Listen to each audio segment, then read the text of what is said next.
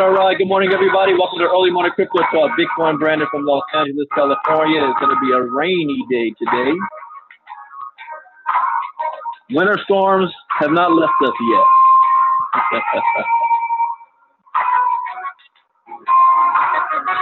Good morning, everybody. Go ahead and type in the chat box where you're listening in from. Make sure you hit the thumbs up button on the YouTube video. See Bethany Gibbs from Seattle. Karen from Oregon. Lance, good morning. Lashana from Richmond. Lafuz from Laurel, Maryland. Cynthia from Phoenix. Cleve Stewart from New York. Welcome, welcome. Mahfouz, you got the new Samsung S10, huh? Yeah, play around with the blockchain wallet. Let us know how that is. As a disclaimer, I'm not a licensed financial advisor to be giving financial advice. I read the news, give my opinion, share a suggestion, and it is up to you to make an informed, intelligent decision on which direction you want to move into.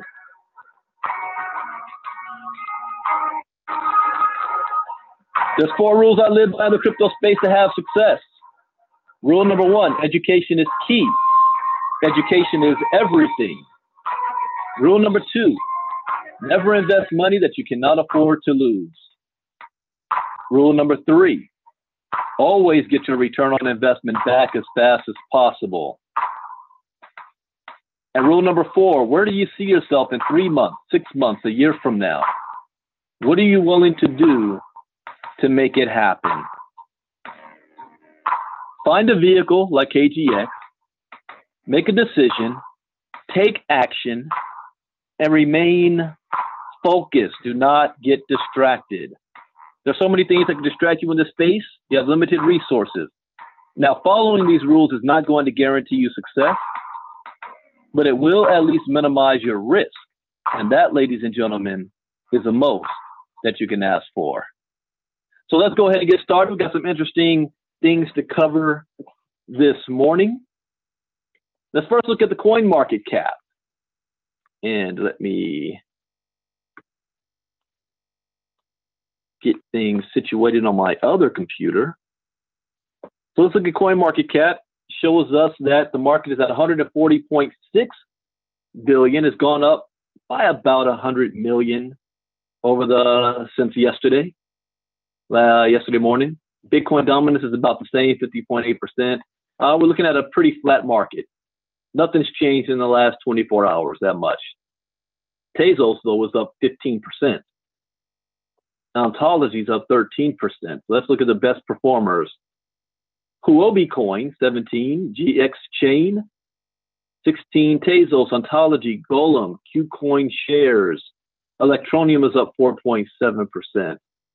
Steam, Cardano's up 3%, 3.5%. Monero, Engine Coin, 2.6%. Worst case performers. ABBC Coin has been steadily going down. I think that was like a pump and dump. Insight Chain, Ken is starting to level out a bit. Ravane, Bytecoin, Stellar, starting to level out. Binance Coin, Digitex Futures, Mixin, Bitcoin Cash. All right, now let's take a look at some of the news. Always want to do my Facebook talk, huh? I'm getting blown up again. All right, so let's look at some news. First up, what do I want to start with? Quadriga. Quadriga's in the news again. And we take a twist here. The Quadriga co-founder, a convicted fraudster. Now, this is was the largest exchange in Canada. And this guy is a convicted fraudster. So we have one dead CEO that took all the loot, or it was blamed on him. And we got another one that's a convicted fraudster. This story you just can't write this in a Hollywood movie. Oh, one sec. Doing crypto talk.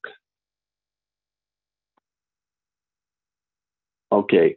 Quadriga co-founder Michael Patrin is actually a convicted criminal who went by the name Omar Danani, a Bloomberg report alleges. Danani has been previously convicted of identity theft linked to bank and credit card fraud and sentenced to 18 months in a U.S. federal prison. He was later deported to Canada. Man, everyone wants to hit me up when this. Okay, I got to type this. I'll say it out. If this happens, and we will be the biggest name in our space by the end of the year. All right, again, getting some good news. Things always happening live. A man of many faces, Wal Danani, now known as Patrin, refused to comment on the matter. Bloomberg claims to have obtained records that confirm the man's criminal past and has changed his name twice. In 2003 and 2008, Patrin co-founded troubled Canadian exchange Quadriga with the late Gerald Cotton in 2013.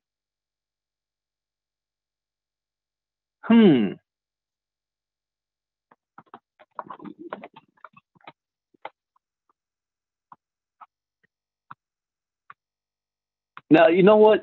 You know how we always say you want to do your own research. I don't know how you could have done any deeper on this. Like, I use Coinbase, or rarely, but I signed up with Coinbase. I use Binance. I use Poloniex, I use Bittrex, and I didn't go into research personally. Maybe I should, some of you probably have. But who the people behind Poloniex, Binance, Bittrex is, what I got to get their social security number, find out that they changed their name. I did not dig that deep personally.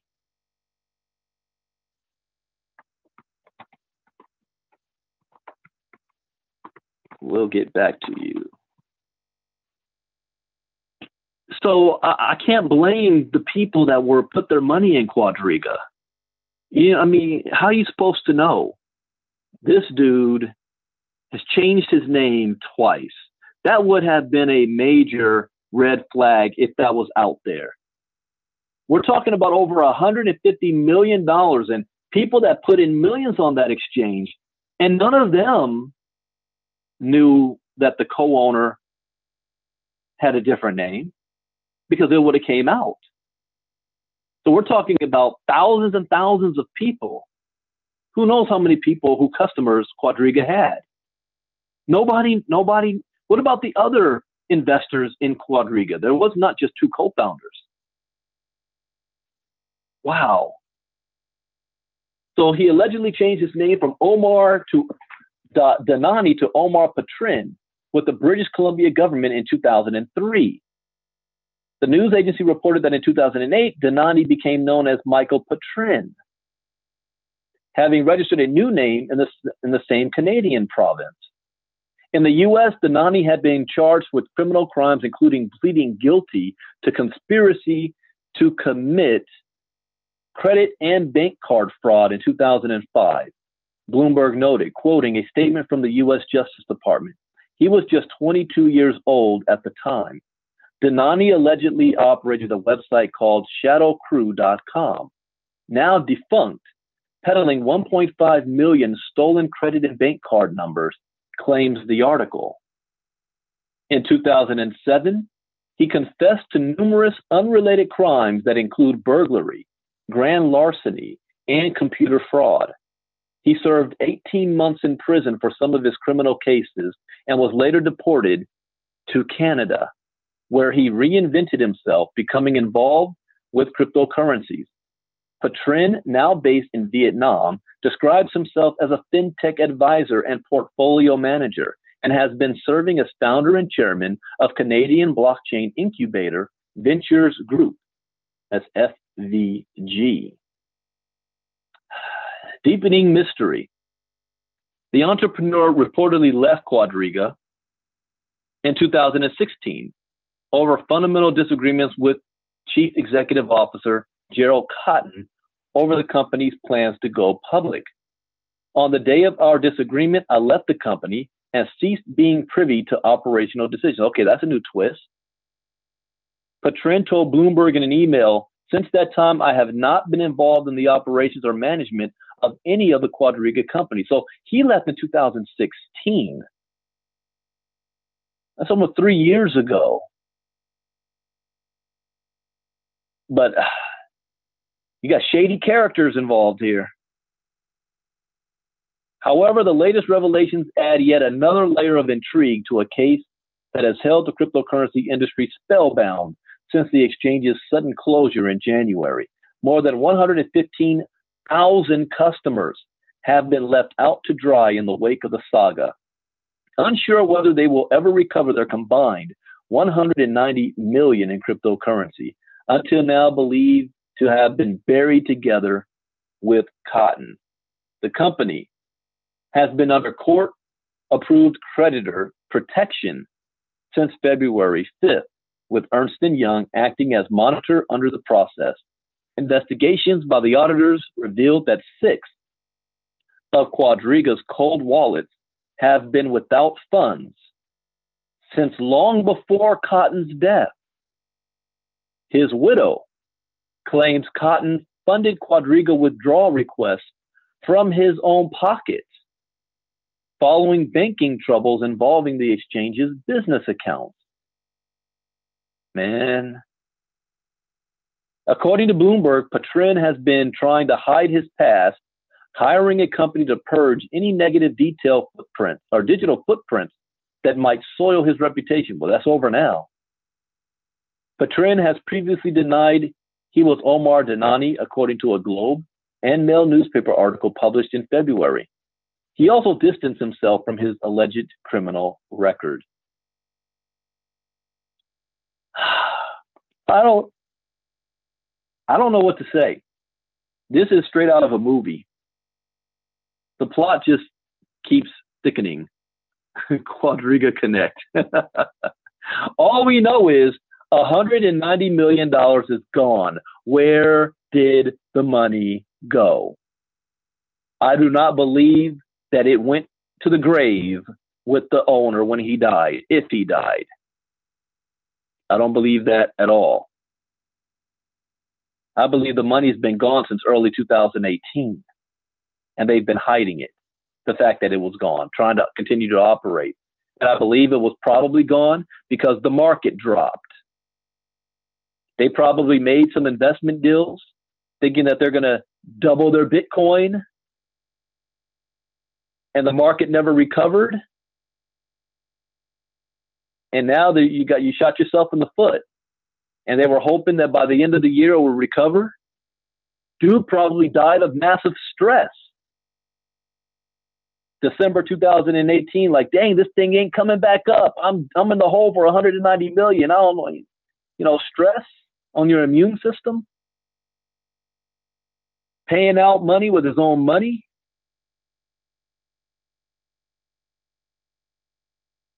I don't know. That's right. Morehouse. DT Crypto. Morehouse, brother. All right. So we'll keep following the news about Quadriga. Where's the money? Other news. This one's interesting. This is an opinion piece. Let's see, how long is this? All right, it's not that long. I'll try not to share my own opinion too much. Just read this. So here's an opinion piece. Why most educated people fail to understand Bitcoin. Why most educated people? Why do you think that is? I already know why uneducated people don't understand it. They're not educated. But when I say uneducated people, I'm not talking about people that didn't go to college. I'm not talking about people who, walking down the street. When I say uneducated, I mean they just don't have any education in this space. If somebody went through and studied everything about crypto and then turned around and said, I don't believe in it, I can respect that. Because that's an informed, intelligent decision. If somebody goes to the KGX crypto course and then at the end says, I don't believe that this is ever going to take off, I think you're a fool, but I respect the fact that you at least did some research and came up with your conclusion. But I think this article is talking about people who have an education, like I have an education. I have a college degree. People like me, is that what I mean? Like Rich Dad, Poor Dad, Robert Kiyosaki's dad. He was an educated man. All right, let's see what happens here. Nasir Mahmudov, a widely followed and respected Bitcoin analyst, has argued that most educated people fail to appreciate Bitcoin because they only specialize in one field. Well, that goes for anything. In order to truly understand how Bitcoin works, Mahmudov, a financial economics student at Columbia University, recommends having some grasp of basic computer science and economics concepts. He says most educated people fail to appreciate Bitcoin because they only specialize in one field. You must have a grasp of econ, CS, cryptography, game theory, central banking, governance, global macro, risk, psych, networks, distributed systems. Okay. Well, here's another reason why when I came into crypto, I spent 6 months studying the space because I also understand if I'm going to get into something, I need to know my field. If I want to be a professional, I need to know this stuff. I'm not going to wing it. I studied so that I could become an expert in this field. It doesn't matter, oh, you're a 7-figure earner from network marketing space. What does that have to do with crypto? That's another thing. Just because somebody made money in one thing doesn't mean that they're an expert in something else. I don't want my lawyer to be doing heart surgery on me. But when I look at this list here, economics, I have a basic understanding of that. CS, no. Cryptography, no. Game theory, no. Central banking, somewhat. Governance, yes. Global macro, yes. Risk, yes. Psych, yes. Networks, yes. Distributed systems, somewhat. I can admit where I don't know something in.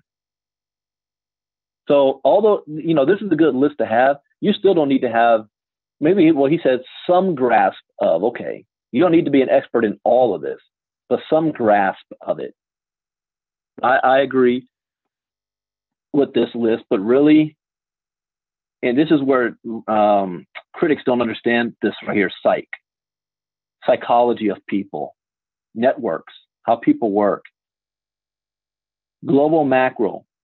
This is why I always cover geopolitics, what's going on around the world. Governance, yes. Central banking, yes.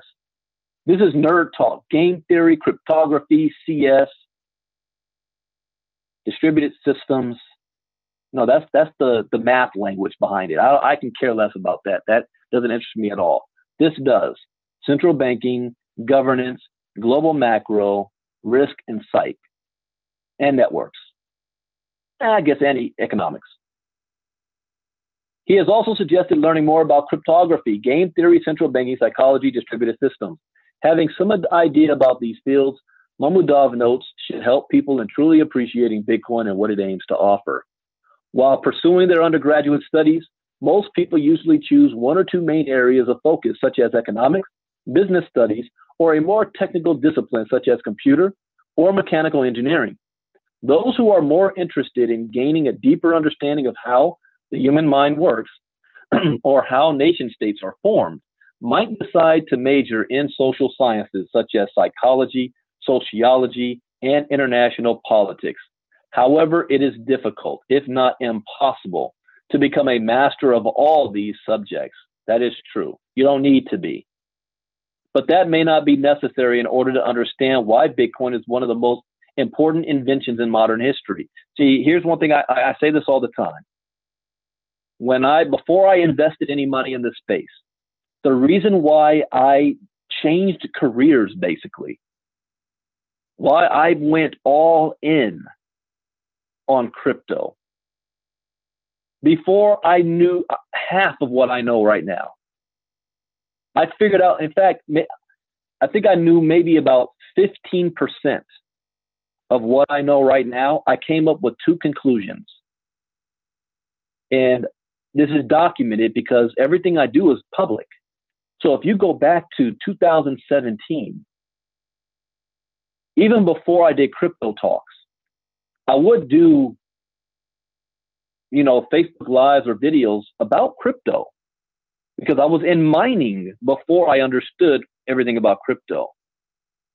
And I think maybe I did a video April or May of 2017. And I said, wow, there's two things I realized about this whole crypto thing. Number one, that cryptocurrency represents the greatest economic shift in wealth in the history of mankind for the most amount of people. The second thing I realized is that the technology behind cryptocurrency, the blockchain, distributed ledger technology, represents the greatest invention in human history. It is going to have an impact on human society as big as when we were introduced to agriculture. I realized that when I only knew 15% of what I know today. And when I figured those two things out is why I jumped headfirst in to learn more, why I became so committed to this. You got to have a sense of awareness.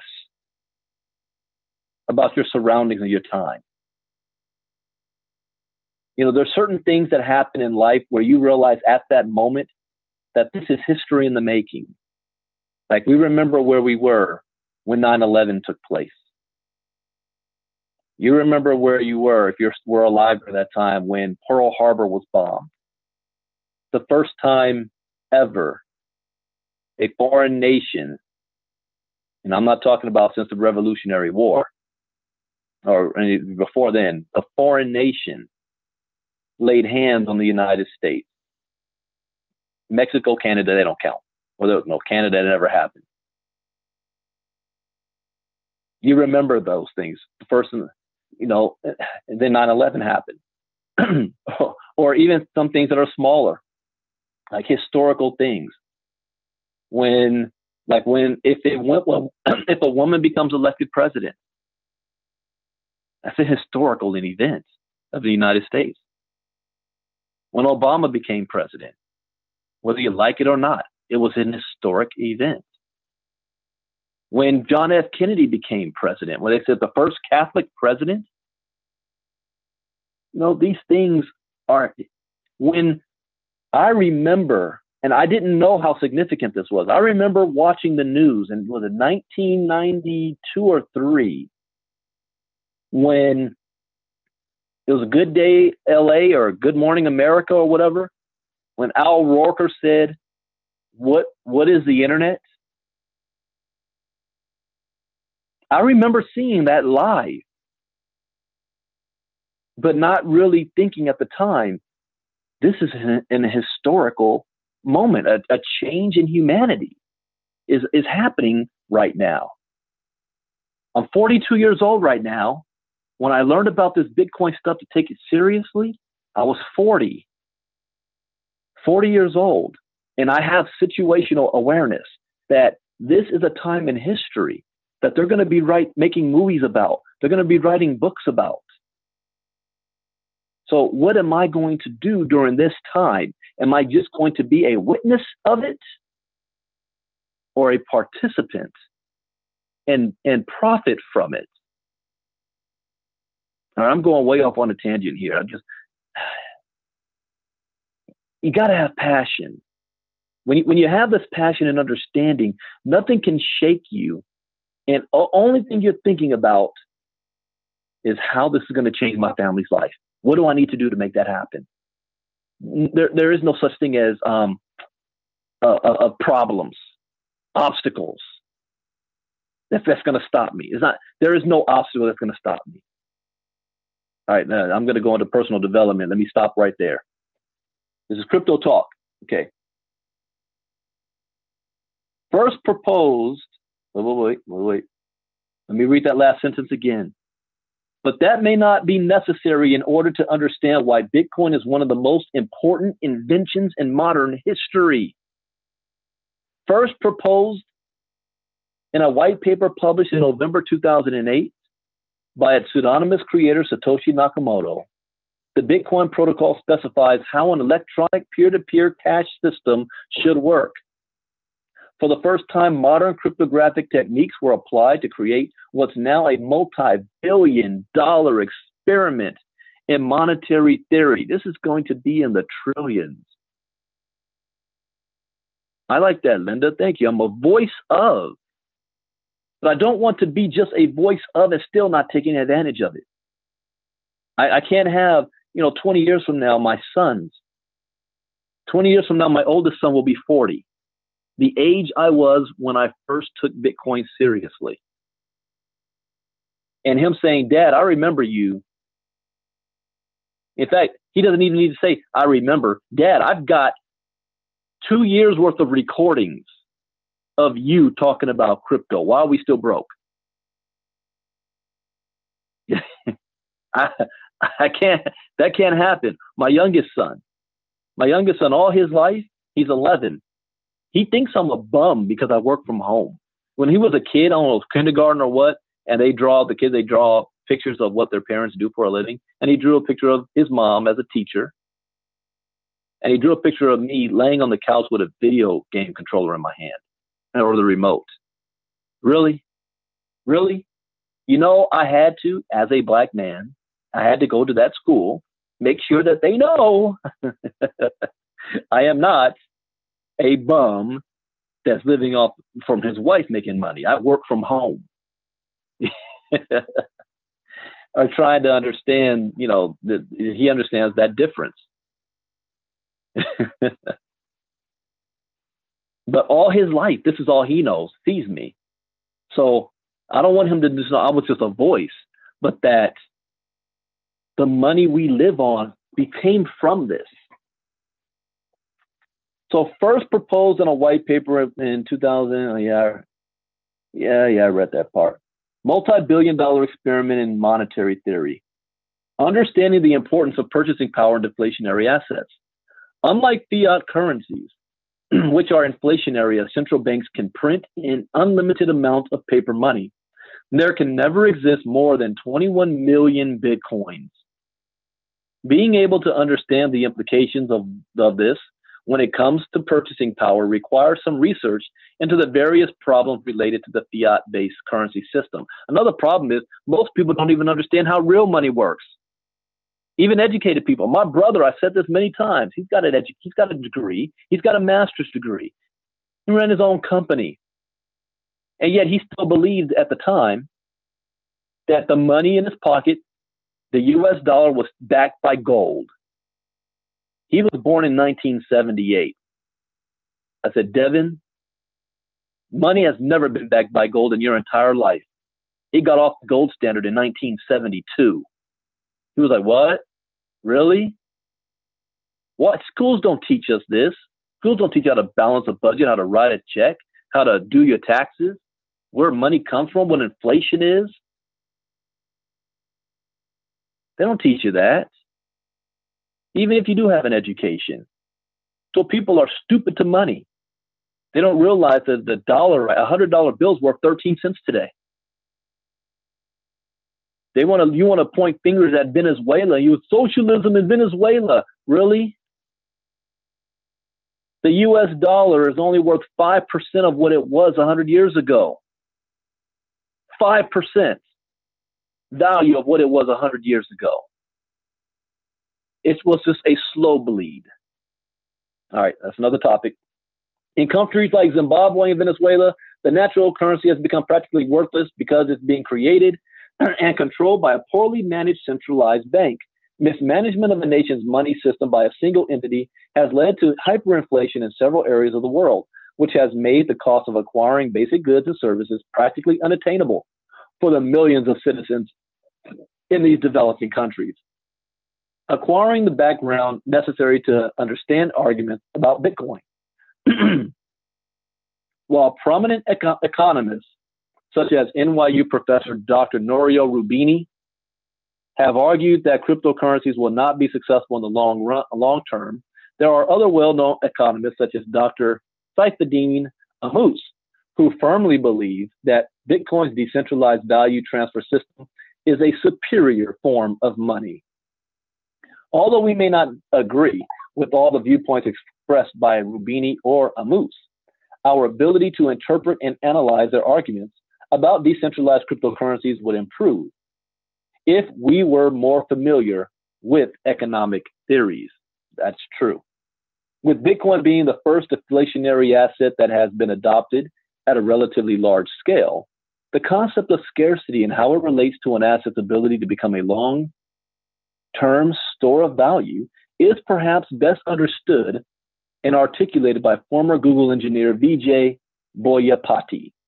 According to Boyapati, who's known for his convincing arguments about why the world's most dominant crypto will become a great SOV, Bitcoin has never been useful as a medium of exchange because the opportunity cost of using it as such is huge. The only people who can stomach that cost are people for whom the transaction cost of not using Bitcoin is even bigger than the opportunity cost, illicit market trade. Understanding Bitcoin at the psychological level. Although Boyapati appears to have a professional and academic background only in mathematics and computer science, he has been able to understand how and why Bitcoin could evolve into a legitimate currency and a globally recognized asset. As he has explained using many different examples and scenarios, Bitcoin would have to work effectively as a unit of account, MOE, and an SOV in order to become a currency that is widely accepted by merchants worldwide. In addition to involving concepts from economics and technical disciplines, such as computer science, Bitcoin has to be understood at the psychological level. Before a currency or asset becomes widely accepted, people need to feel comfortable using it. The more confident people are about something, the more receptive they will be towards at least trying it in order to determine whether it will suit them or work for them. Yes and no. Why? That's not the only way. If you have, whether it happens by a false flag or real, if you have an economic crisis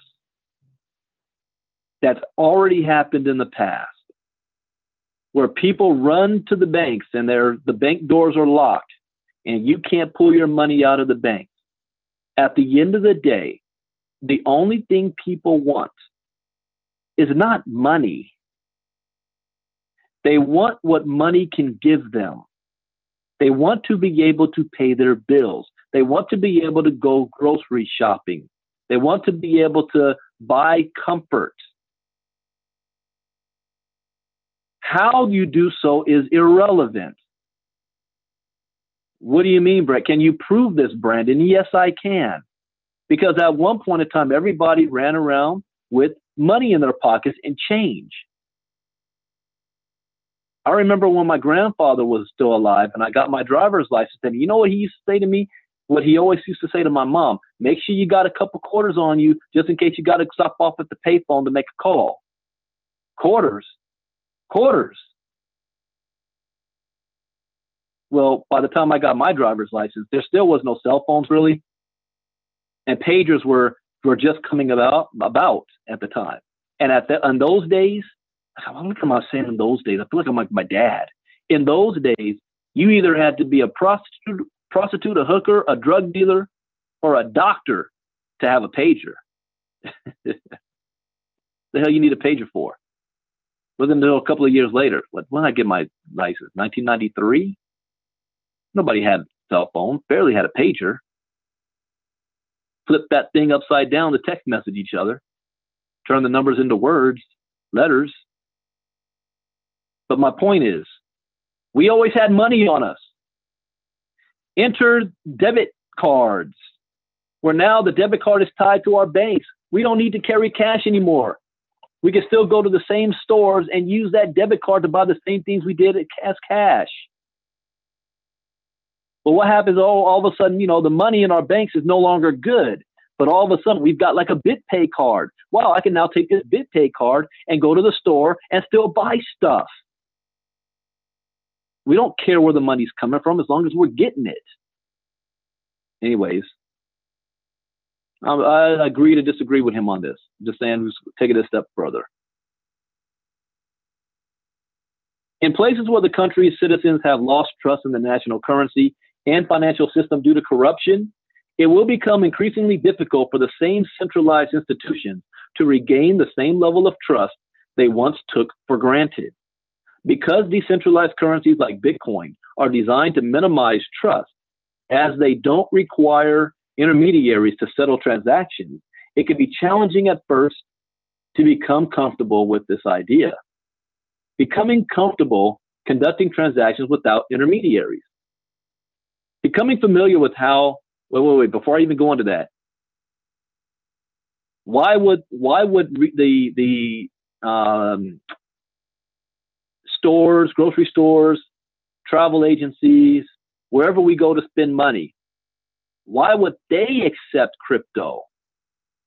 See, it's got to be a two-way street here. Well, what did Kroger just do last week? They dropped Visa because the fees were too high. Instead, they're looking at using crypto. What did Visa do in response? And it happened very quickly. They created their own blockchain division, and they're looking to hire somebody to run it for $175,000 or something like that. What is IBM doing? What is Cisco Systems doing? I'm about to read that article in a second. All of the companies that we are already doing business with are all adopting the technology. So we're going to be using it whether we like it or not. How about that? All right, let me continue. Becoming familiar with how Bitcoin transactions are transparently recorded on block explorers can give people the confidence they need to start using blockchain-based currencies. Put simply, a blockchain is a type of data structure that allows multiple parties to engage in transactions without requiring a trusted intermediary. In most cases, a counterparty is also not needed when conducting cryptocurrency transactions. The average person doesn't understand that. That's why you got to be a little bit educated.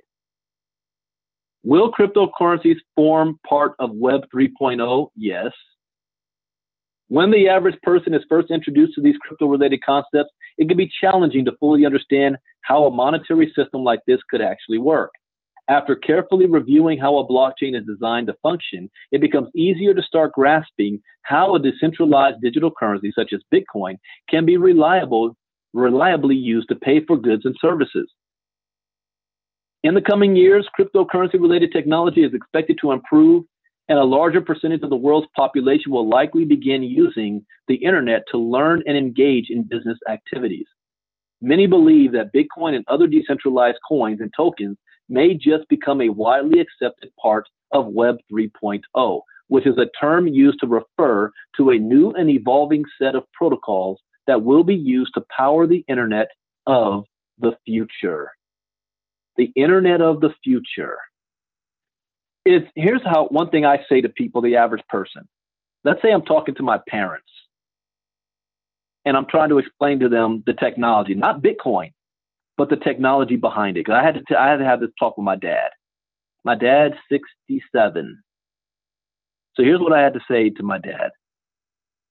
66, yeah, just turned 67.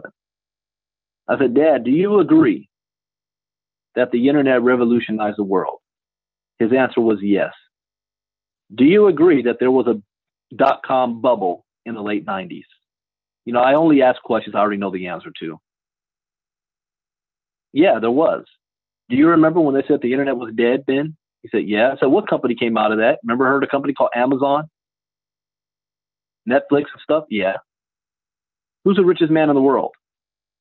Jeff Bezos. What industry did he come from? He was there at the beginning of the internet explosion. Okay. So these are facts. Do you believe that the internet is going to be going backwards, meaning people will stop using the internet? He said, absolutely not. I said, do you believe it's only going to get bigger? He said, yes. I said, the blockchain technology is being run and can only be run through the internet. It is the next evolution of the internet.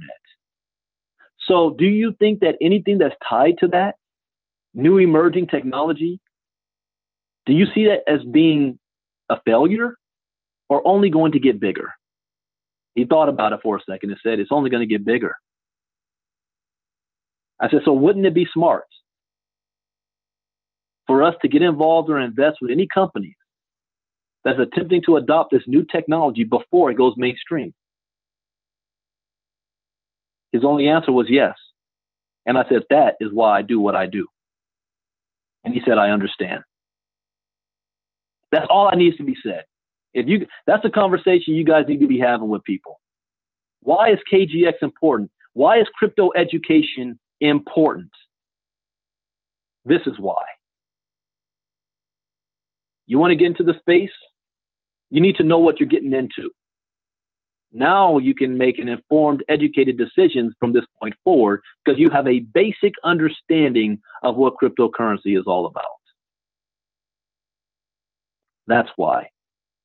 And by saying that, I just gave myself, next time I do a Bitcoin boot camp, I got to break it down that way too, in layman's terms. Did that make sense to you guys?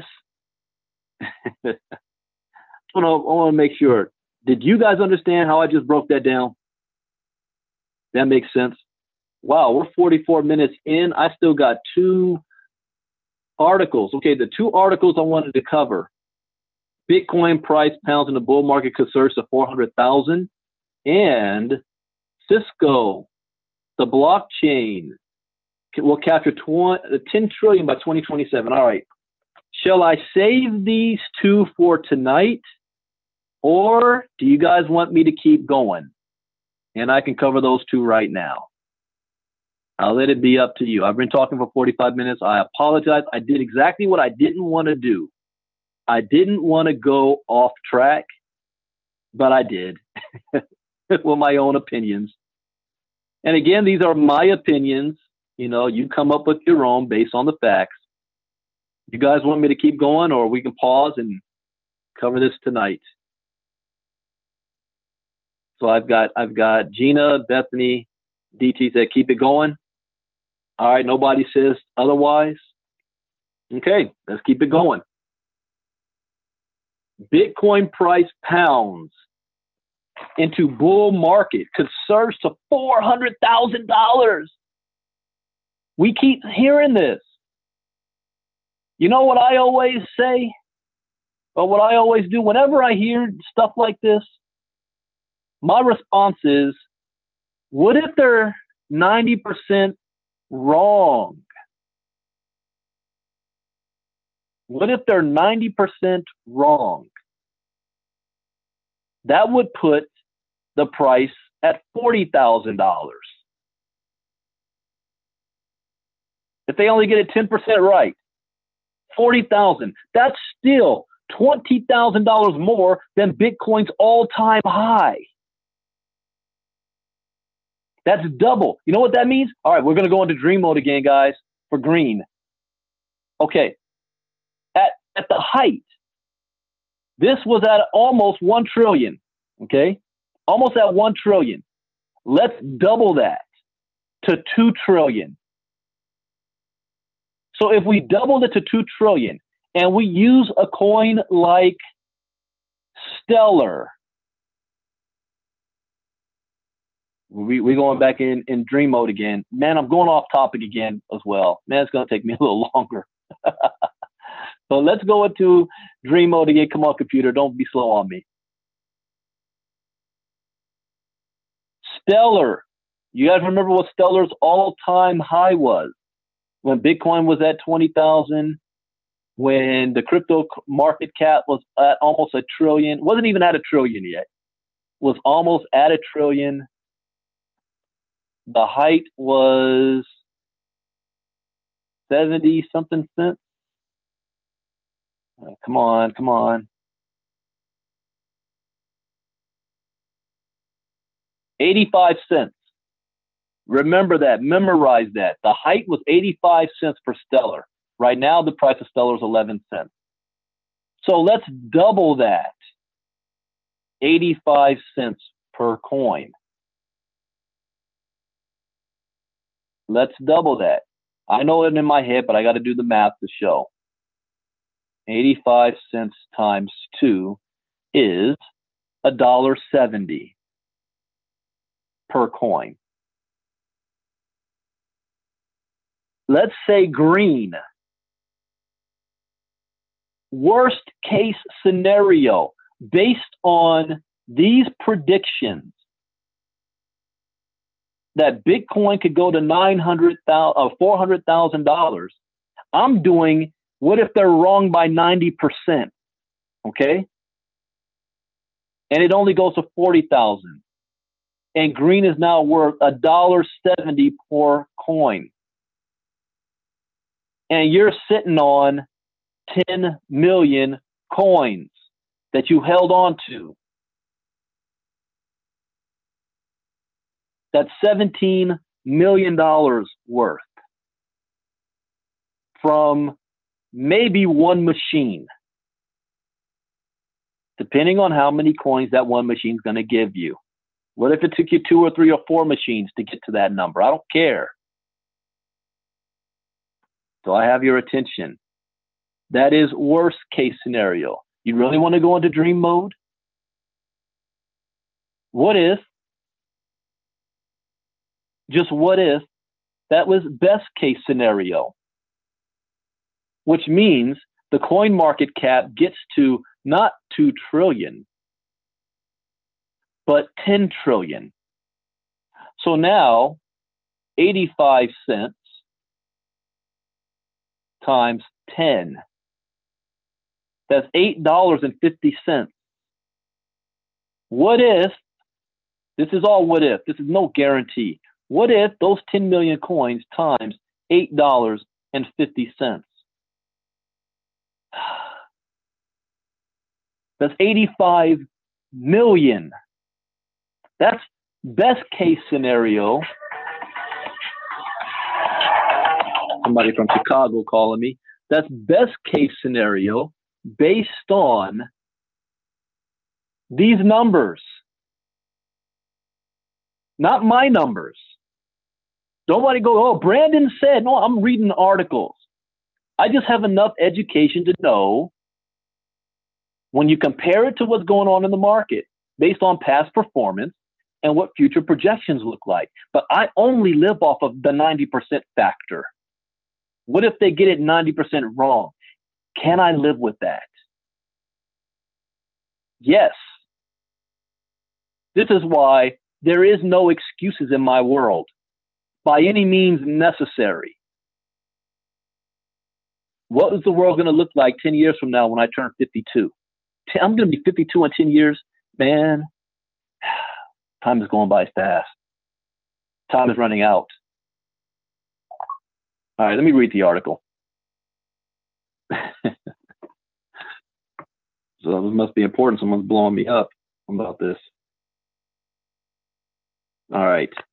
As the Bitcoin price continues to hover in a tight range just below $4,000, crypto investors are breathlessly waiting to find out whether Bitcoin price can punch through the resistance line that thwarted its most recent attempt to initiate a new bull market. Below, we examine both the bull and bear case for Bitcoin as traders position themselves to be on the right side of the crypto market's next major move. That is important. Stan is like, Stan turns 52 on your next birthday. Stan, you are at the right time as well. 10 years from now, you'll be 62. You still got plenty of time to enjoy all of this. But most importantly, what you're building is for the next generations. My grandfather told me that, you know, a man's responsible for 3 generations. Himself, his children, and his grandchildren. You know what my generation, the Generation X group, is responsible for? We're responsible for about 6 generations. That's right. Some of us now, we're responsible for our grandparents, our parents, ourselves, our children, and our grandchildren. I am at the age now where kids I went to high school with now are grandparents at 42, 41, between 40 to 44-year-old friends I knew I was in high school with, some of the grandparents.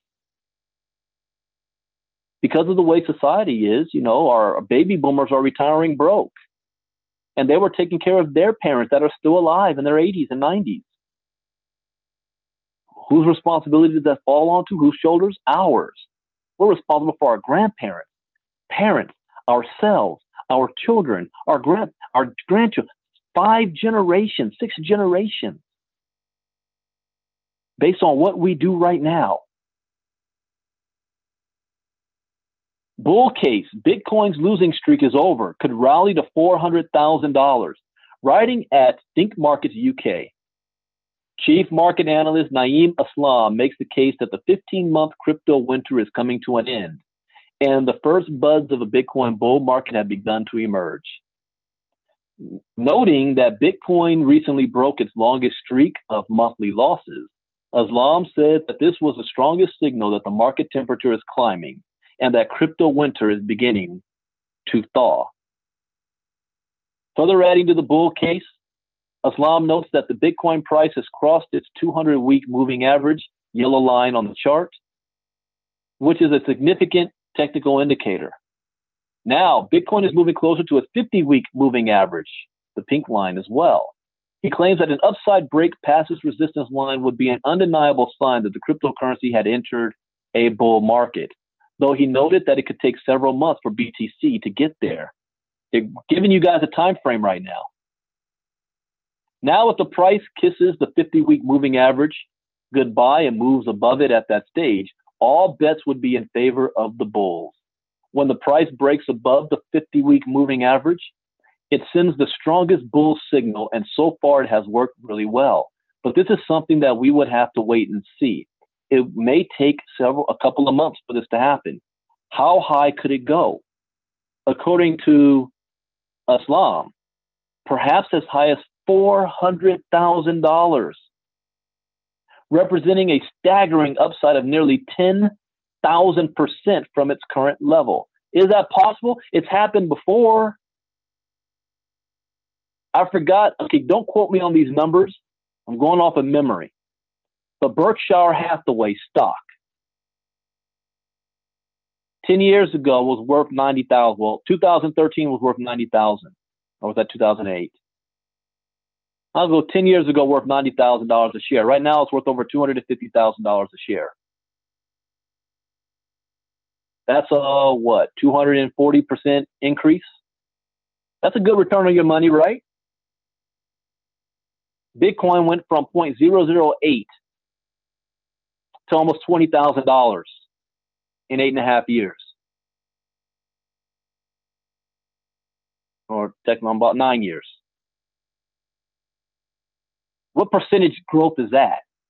8,000%? No, sorry. Well, 24,000% growth? Now we're talking about it could go 10,000% from its current level. The bear case. Bitcoin heading towards fake breakout on plunging futures volumes. I agree more with that. I think that this is more of a fake breakout.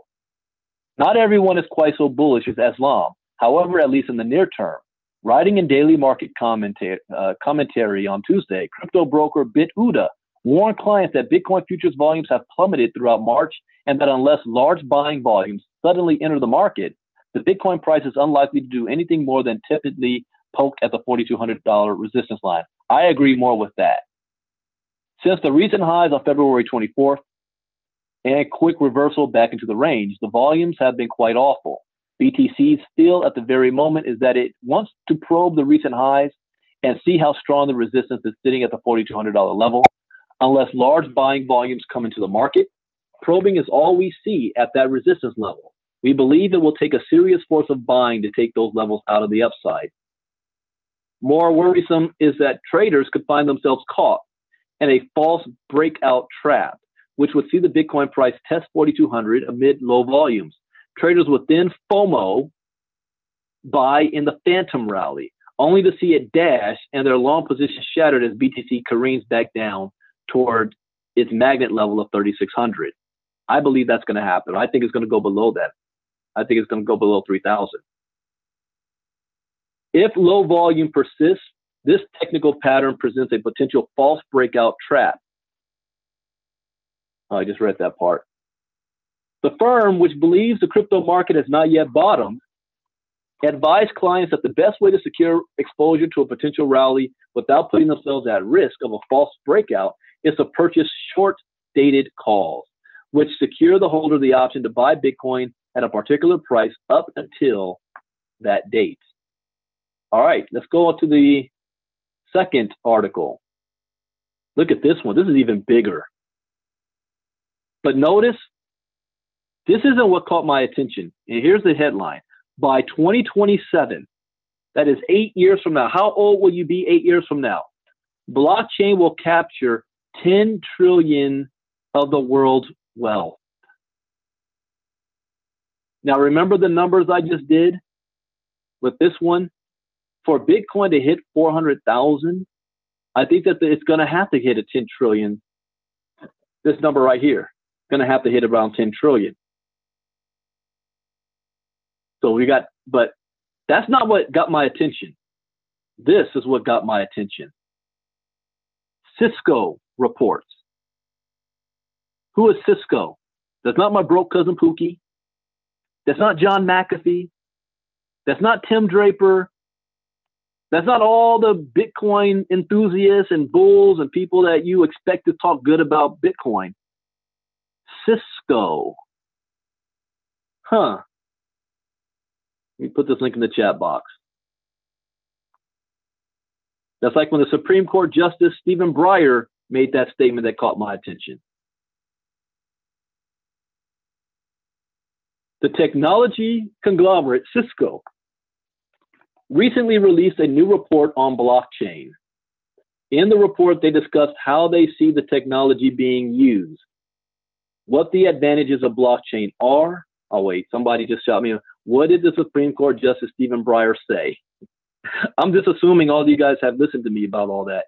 He said in summary that perhaps one day that all Americans basically will be getting paid in crypto.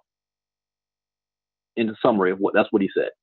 Anyways, the financial impact of blockchain. Similar to Joseph Lubin's prediction that blockchain will capture half of the world's wealth within the next 20 years, the Cisco report predicts that by 2027, 10% of the global GDP will be stored on blockchain.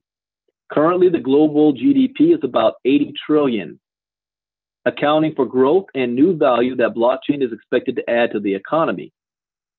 Global GDP could easily be 100 trillion by 2027. If Cisco's report turns out to be accurate, that would mean a 10 trillion crypto market is only 8 years away. According to Cisco, the true innovation of blockchain is its ability to automate trust among the parties using it. This embedded trust allows consumers, enterprises, and governments to automate how they manage any transactional relationship. Although the ability to create a trusted environment for transactions to occur may not be something that the average consumer thinks about, it's very important for businesses. In fact, the Cisco report claims that 83% of executives believe trust is a cornerstone of the digital economy. Now, how blockchain is going to benefit business? In addition to creating trust, the Cisco report found that supply chain tracking will be significantly improved by blockchain. Says the report, blockchain can enable manufacturers to improve, track, and trace of components and finished goods across a supply chain and enable new applications across anti-counterfeiting, supplier, and purchaser financing. Since blockchain will allow a company or a customer to track a product from its creation on the factory floor till delivery at the outlet, it will be significantly easier to detect fraud, waste, or theft in the supply chain. This will benefit everyone as companies save money and pass those savings on to the consumer. How much savings? While it's difficult to accurately predict anything 11 years in the future, the Cisco report states that the transformation toward an era of a programmable economy is expected to deliver efficiencies and new business value in excess of $3 trillion by 2030. That's an incredible amount of money. And it stands to reason that the savings will only continue to grow as the technology matures. That's good news for business, good news for consumers, and good news for everyone in crypto. It means increased adoption, legitimacy, and hopefully a return to higher prices as blockchain technology begins to get adopted. That's my new quote of the day. That's my new quote of the day right there. The average person walking down the street doesn't even know who Cisco is or what they do. So something coming from there along this lines is huge. You know what? I think they're thinking small. You want to know why? Because they're saying 10% of the global market, right? 10 trillion, based on the world market being at 80 trillion.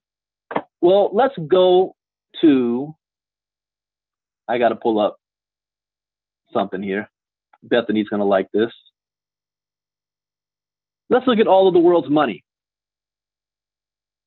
Because Cisco's being conservative. They're just looking at, the money that's moving around right now and new business that's going to come in to make it from 80 trillion to 100 trillion in the next 10 years or 8 years. But here's what I'm looking at. Not the GDP, 90.4 trillion. I'm looking at this. Derivatives. You know what the derivatives market is? The known derivatives market, 544 trillion. Global derivatives. You know what derivatives are? Futures contracts, forward contracts, options, warrants, swaps. What happens when you throw Bitcoin and crypto in here? When they start putting this money into the crypto space, we're not talking about an $80 trillion market. We're talking about 1.2 quadrillion. What's 10% of that? At least 100 trillion. What if 10% of this goes into crypto? Not all of it, just 10%. We're not dealing with 10 trillion. We're dealing with 100 trillion. We already saw the CME come in to this space, December 2017. And based on all this, you know what the size of the whole crypto market is right now? You see all these boxes? Crypto market is just one box. One. Is it far-fetched to see that 10% of that could go into crypto in the next 10 years? No. I rest my case on that. I'm way over my time that I normally do crypto talk. I hope you guys learned something new. As always, that is the point. We talked about education. If you want, I shouldn't even say if you want, it should be necessity. You get education tomorrow night at 8 p.m., 9 p.m. Eastern, 6 p.m. Pacific, kgxglobal.info. kgxglobal.info. We'll be doing a presentation on how to get your crypto education going. For those of you that's looking for funding so that you can get into the crypto space and let your money work for you, you can go to http://winwithivy.com. Especially if you have a credit over 650. If you don't, you got to go through credit repair. We got that for you too. Not for everybody, but as an adult, you got to make your own decision. So I hope you learned something new. As always, that's the point. I may not be back for Crypto Talk tonight, depending on the news, because I would have covered this tonight. But if some major news happens, I'll be back tonight for late night Crypto Talk. Spread the word. If you think that these Crypto Talks is of value, spread the words to your network, people on your teams. No matter what company you're in, you got to get education. Have them plug in. Have a great day, everybody. God bless. Bitcoin Brandon out. Bye-bye.